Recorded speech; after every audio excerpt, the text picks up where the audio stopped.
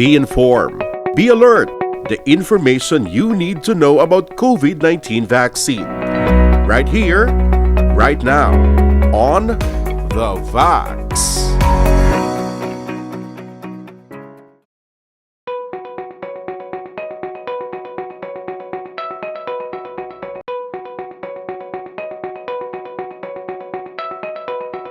Severe na reaction, tinatawag natin anaphylaxis na siya.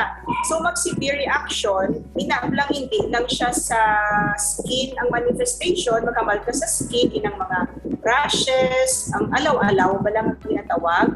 Ina siya, may ara, pag siya ang sa sulod, balang nahambal nila ka allergy. So may alaw kabi, nag-rashes, plus doon nagudlian ikaw maginhawa, iba nagakalikong, iba naganilungkot. So may ara siyang systemic involvement. Bali may ara sa sulod siyang involvement. So ang bulong dira is epinephrine siya, gina-inject na siya sa muscles no, intramuscularly, pero mas advisable din amo na gina-stay 30 minutes at least man lang sa vaccination site kay ang doctor dira or ang healthcare provider kung sino man amo na siya ang mahatag sa treatment sa kung sino man ang nag-react. Sa pagtuon, kalabanan ng mga reaction, nag-occur siya 30 minutes. Pero pwede man siya mag-occur as long as 1 hour.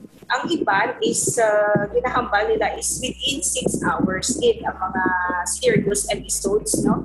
Pero ang kalabanan is 30 minutes. Pero pwede pa man siya gihapon up to 6 hours. Amon na nga importante nga i-educate natin ang atong pasyente, especially ang mga high risk or moderate risk bala no, ang may mga allergy nga dapat tan-awon din ang ilang or bantayan nila ang ilang symptoms and mag-consult din sa doktor or sino ang in charge nila para ma-advisean sila kag mahatag iinsibida ang treatment.